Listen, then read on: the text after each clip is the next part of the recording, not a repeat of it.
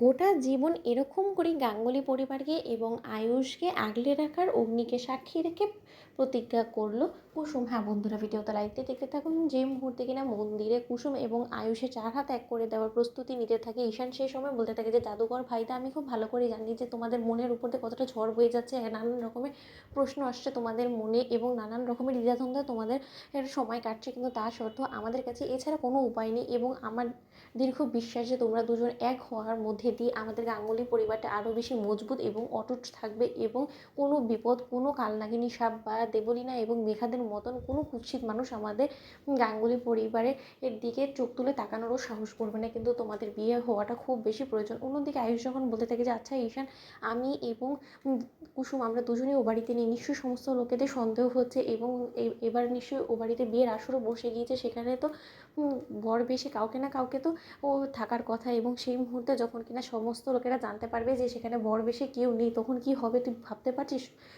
গোটা লোকেরদের মধ্যে তো সাড়া পড়ে যাবে এবং মায়ের লজ্জায় মাথা কাটা যাবে। অন্যদিকে ঈশান বলতে থাকে যে ভাইদা, তুই একবার বিয়ের পিঁড়িতে বসে জাদুকরের সঙ্গে বিয়ের সার, তার পরবর্তীতে সমস্ত কিছু আমি ওদিকে ম্যানেজ করে এসেছি, তুই সব নিয়ে একদম টেনশন করিস না। ঠিক সেই সময় যখন কিনা কুসুম বলতে থাকে যে পিসি, আর যদি বাবা জানতে পারে, বাবা তো অলরেডি আমাকে থ্রেট দিয়ে রেখেছে যে আমি যদি ছোটো সাহেবের সঙ্গে নিজের সম্পর্কটা কোনো মতে এগোনোর চেষ্টা করি, তাহলে বাবা আর মরা মুখ দেখবো আমি, তখন আমি কী করবো, বাবাকে কী জবাব দেবো পিসি? ঠিক সেই সময়ই দীপালি বলতে থাকে যে শঙ্করদার কথা তুই একদম ভাবিস না, ও সমস্ত কিছু আমি ম্যানেজ করে নিব, কিন্তু এই মুহূর্তে যেটা হচ্ছে সেটা হতে দিই। অন্যদিকে অগ্নিকে সাক্ষী করে যখন কিনা শুভ দৃষ্টি, মালা বদল থেকে শুরু করে সমস্ত কিছু সম্পন্ন হওয়া মাত্র 7 পাকে ঘোরার জন্য দাঁড়িয়ে পড়ে কুসুম এবং আয়ুষ। ঠিক সেই সময় কুসুম আয়ুষকে বলতে থাকে যে ছোটো সাহেব, আমি জানি না যে আমি কত কাল বাঁচবো বা এত রকমের শত্রুকে নিজের সঙ্গে জড়িত করে কতদিনই বা আমি আপনাদেরকে রক্ষা করতে পারবো, কিন্তু আমার শেষ নিঃশ্বাস পর্যন্ত আমি আপনার গোটা পরিবারকে সমস্ত ধরনের বিপদ আপদ থেকে রক্ষা করবো, এটা আমি প্রতিজ্ঞা করলাম, এই অগ্নিকে সাক্ষী করে। অন্যদিকে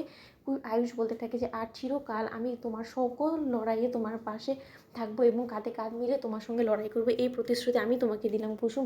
অন্যদিকে মেঘা যখন কিনা বলতে থাকে যে কী ব্যাপার, আমার কেন জানি না সন্দেহ মনে হচ্ছে, আমার কেন জানি না মনে হচ্ছে যে বর বেশে যে তৈরি হয়ে ঘুরপাক খাচ্ছে সে কোনো মতে আয়ুষ না। না না, এটা কী করে হতে পারে, আয়ুষ তো অবশ্যই আছে। অন্যদিকে মেঘাকে যখন কিনা দেবলীনা বলতে থাকে যে হ্যাঁ রে মেঘা, তোর ডাউট হচ্ছে না? অন্যদিকে মেঘা বলতে থাকে যে ডাউট হবে কেন বলতো, কারণ ইন্দ্রাণী গাঙ্গুলির চোখকে ফাঁকি দিয়ে আয়ুষ সেখান থেকে কোথাও যেতে পারবে না। সেই ঈশান আমার সম্পর্কে যতই যাই চেনে যাক না কেন, কিন্তু কিছু করতে পারবে না, কারণ তুই আমি আমাদের দুজনের নজরকে এড়িয়ে ওরা কোথায় বা যাবে বলতো। অন্যদিকে দেবলীনা বলতে থাকে যে শেষ পর্যন্ত তোর এবং আয়ুষের বিয়েটা হয়ে গেলে বাবা বাঁচি, আমি আর এই টেনশন নিতে পারছি না, জানিস তো? একবার শুধু তোরা ছাদনা তলায় মালা বদলটা করে ফেল, তার পরবর্তীতে আমি নিশ্চিন্ত হতে পারবো, এই ইন্দ্রাণী গাঙ্গুলিকে শিক্ষা দিতে পারবো। তো বন্ধুরা, লাইক এবং শেয়ার করে সাবস্ক্রাইব করতে ভুলো না।